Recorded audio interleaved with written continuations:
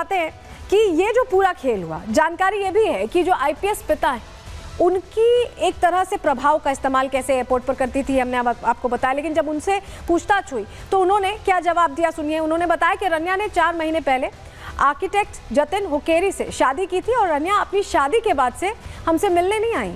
पिता ने किसी तरह के नाते से इनकार कर दिया। हमें उसके या उसके पति के बिजनेस के बारे में कोई जानकारी नहीं है और अगर कोई गलत काम किया है तो कानून अपना काम करेगा। के रामचंद्र राव जो उनके पिता हैं और जिनके ही प्रभाव का फायदा उठाकर जो एयरपोर्ट पर अधिकारी उन्हें स्कॉट करने आता था, लेने आता था, सिक्योरिटी चेक से बच जाती थी, ये सब कुछ अपने पिता के प्रभाव का इस्तेमाल करके वो करती थी। और पिता कह रहे हैं कि उनसे उनका कोई मतलब नहीं है, रन्या को वो बिल्कुल संपर्क में नहीं है और वो क्या कर रही है, अगर कोई गलत काम कर रही है तो वो नहीं जानते हैं। लेकिन सोना लाने के क्या नियम है? अगर सोना लाया जा रहा है विदेश से, बहुत से आपके जानकार कोई दुबई जाता होगा तो आप कहते होंगे कि हमारे लिए सोना लाइए या हमारे लिए इस तरह के गोल्ड ऑर्नामेंट्स लाइए, लेकिन क्या इसके लिए प्रावधान है? आप ये भी जान लीजिए, कोई पुरुष अगर 20 ग्राम सोना लाएगा तो चार्ज नहीं है। 20 से 50 ग्राम सोना लाने पर 3% कस्टम ड्यूटी लगती है। 50 से 100 ग्राम सोना लाने पर 6% कस्टम ड्यूटी लगती है। 100 ग्राम से ज़्यादा सोना लाने पर 10% कस्टम ड्यूटी लगती है। वहीं महिलाओं के लिए अब बात कर लेते हैं।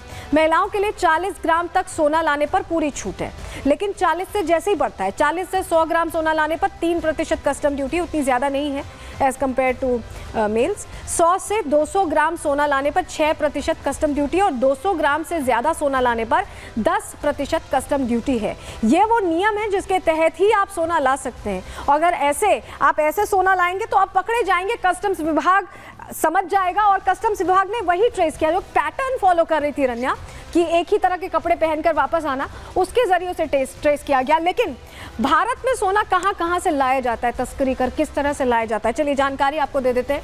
दरअसल भारत में ज्यादातर नेपाल और दुबई 2 जगहों से सोना तस्करी कर लाया जाता है और इसी को लेकर पूरा जो नेटवर्क है वो खंगाल रहा है। डीआरआई भी समझने की कोशिश कर रहा है कि क्या रन्या का यहाँ नेपाल से भी कनेक्शन है, क्योंकि दुबई कनेक्शन तो सामने आ चुका है, लेकिन क्या यहाँ नेपाल से भी कनेक्शन है, इसको लेकर भी जांच चल रही है। चलिए आपको बताते हैं कि क्या कानून है। अगर पकड़ी गई है रन्या तो अब उनके लिए आगे की राह कितनी मुश्किल होने वाली है, कितनी ज़्यादा दिक्कत वाली होने वाली है, जानकारी आपको बताते हैं कानून क्या कहता है। देखिए, कस्टम्स एक्ट 1962 के मुताबिक अवैध तरीके से सोना लाने पर भारी जुर्माने का प्रावधान है। मतलब तस्कर को 7 साल तक की सजा भी यहाँ हो सकती है और तस्कर से सोना जब्त कर लिया जाएगा। विदेशी मुद्रा और नियमन अधिनियम 1999 क्या कहता है?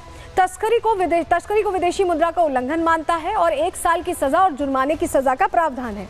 सोने के अलावा अन्य अवैध संपत्तियां भी जब्त कर ली जाती हैं ऐसे में। इसके अलावा बीएनएस की धारा 111 है जिसके तहत कार्रवाई होती है। उसमें कहा गया है तस्करी करने पर 5 साल की जेल से सजा हो सकती है, 5 लाख रुपए तक का जुर्माना भी लगाया जा सकता है, आजीवन विदेश यात्रा करने पर भी प्रतिबंध लग सकता है। तो ये कानून है और ये कानून कड़े का प्रावधान रखे गए हैं जिससे तस्करी पर नकेल रखी जा सके।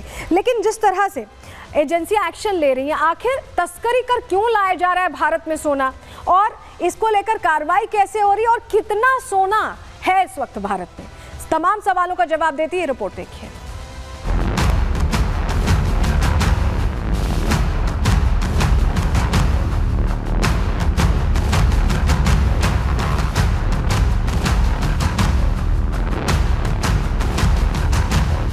दुबई से गोल्ड तस्करी, एक्ट्रेस रन्या की गिरफ्तारी।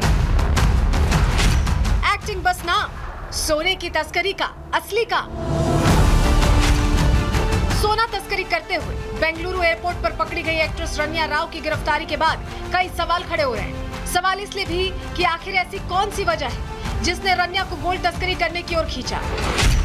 सवाल इसलिए भी क्योंकि भारत में सोने की तस्करी के खिलाफ इतने कड़े कानून होने के बाद भी रन्या सोने की तस्करी करती रही। सवाल इसलिए भी उठा है कि आखिर ऐसे कौन से रैकेट का खुलासा होना बाकी है जिससे जुड़कर रन्या सोने की तस्करी कर रही थी। हालांकि ये कोई पहली बार नहीं है जब जांच में सोने की तस्करी होने की बात सामने आई। इससे पहले भी अलग अलग अंदाज में की जा रही तस्करी का एजेंसियों ने भांडाफोड़ किया है। लेकिन सवाल है कि आखिर एजेंसियों के एक्शन के बाद भी सोने की तस्करी पर रोक क्यों नहीं लग रही। दरअसल 2023 की वर्ल्ड गोल्ड काउंसिल की रिपोर्ट के मुताबिक भारतीय महिलाओं के पास 25,000 टन से ज्यादा सोने के गहने मौजूद हैं, जो कि दुनिया में सबसे ज्यादा है। इसके बाद भी भारत में सोने की मांग हमेशा बनी रहती है। वजह है कि भारतीय लोग पारंपरिक रूप से सोना जमा करते हैं। हालांकि भारतीयों की मांग के बराबर देश में इतना सोना खनन नहीं होता है। एक आंकड़े के मुताबिक भारत में हर साल करीब 1 टन सोना पैदा होता है, जो हुट्टी गोल्ड माइन से आता है। भारत में सोने की बढ़ती मांग और कम खनन की वजह से ज्यादातर सोना आयात करना पड़ता है, और यही वो टर्निंग पॉइंट है जो भारत को सोने के तस्करों के लिए स्वर्ग बनाता है। हर साल बड़ी मात्रा में सोना आयात करने की वजह से सरकार को बहुत ज्यादा विदेशी मुद्रा खर्च करनी पड़ती है। इससे भुगतान घाटे पर ज्यादा दबाव पड़ता है।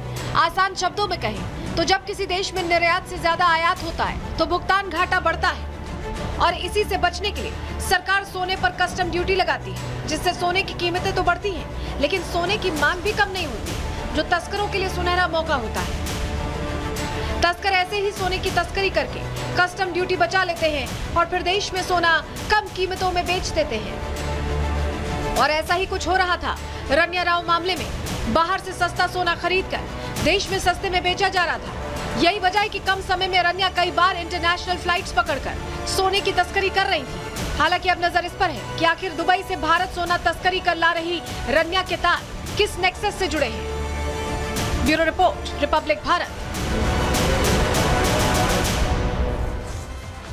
तो अब जब सीबीआई की एंट्री हो गई है तो तमाम सवालों का जवाब मिलेगा और ये भी समझ में आएगा कि रन्या किस सिंडिकेट का पार्ट है। इस खबर पर हमारी नजर बनी रहेगी, लेकिन आगे बढ़ रहे हैं, अगली खबर का रुख कर रहे हैं। चलिए अब बात करने जा रहे हैं संभल की, क्योंकि संभल में इस वक्त जिस तरह के हालात हैं उसको देखते हुए सनातन के प्रतीक सामने आने के बाद अगला जो हफ्ता है, अगला जो जुमा है ये कहें, वो अपने आप में बहुत ज़्यादा इंपॉर्टेंट हो जाता है, क्योंकि उसी दिन होली भी है और उसी दिन जुम्मा भी है और जुमे की नमाज भी होगी और होली का त्यौहार भी मनाया जाएगा। और उसको लेकर सीओ अनुज चौधरी ने बाकायदा पीस कमेटी बनाकर बैठक की। दोनों ही त्योहारों को कैसे अच्छे से मनाया जा सके इसकी कोशिश की, लेकिन ये कोशिश रास नहीं आ रही। न समाजवादी पार्टी को रास आ रही है, ना ही मौलानाओं को रास आ रही। हुआ क्या है चलिए आपको बताने जा रहे हैं। सबसे पहले क्योंकि सीओ के बयान के बाद से लगातार यहाँ सरगर्मी तेज है कि आखिर सीओ ने बैठक ली तो हिदायत तो दोनों ही धर्म के लोगों को दी थी, लेकिन समाजवादी पार्टी को इसमें सिर्फ एक धर्म को लेकर समझ में आया और उसको लेकर सियासत हुई। संभल के सीओ के बयान पर सियासत इस वक्त बहुत तेज है। होली पर शांति बनाए रखने की अपील की थी सीओ अनुज चौधरी ने। रंग से परहेज है तो घर ही रहें ये कहा था, और जुमा 52 बार आता है साल में और होली एक बार आती है, ये उन्होंने दोहराया था पीस कमेटी की बैठक में। अनुज चौधरी के बयान पर सपा नेता अब खफा हो गए, नाराज हो गए। राम गोपाल ने व्यवस्था बदलने वाली धमकी दी थी। उन्होंने कहा था सरकार बदली तो ऐसे अधिकारियों को जेल में डाल देंगे। वहीं कई मौलानाओं ने भी अब आपत्ति जाहिर कर दी है। सीओ के बयान को सौहार्द बिगाड़ने वाला बयान यहाँ मौलाना साहब बता रहे, जबकि इस बयान को अगर देखें और समझें तो इसमें कुछ ऐसा बिगाड़ने वाला बयान नहीं था। लेकिन अखिलेश यादव भी, अब संभल की बात हो और अखिलेश यादव ना आए ये कैसे हो सकता है, तो अखिलेश यादव भी कूद पड़े इस चर्चा में। उनका ट्वीट आया है, जरा आपको दिखा रहे हैं, देखिए। जिन अधिकारियों को होली और ईद के गले मिलने में एक रूपता देखनी चाहिए, अगर वो ही नकारात्मक बात करेंगे तो भेदकारी भाजपा के राज में सौहार्द की रक्षा कैसे होगी। उन्हें दरअसल ये पता ही नहीं है कि पीस कमेटी की बैठक में हुआ क्या है। उन्होंने फटाफट जैसे ही संभल को लेकर चर्चा तेज हुई एक ट्वीट कर दिया। तुष्टीकरण की राजनीति के लिए उन्होंने फटाफट से ट्वीट कर दिया।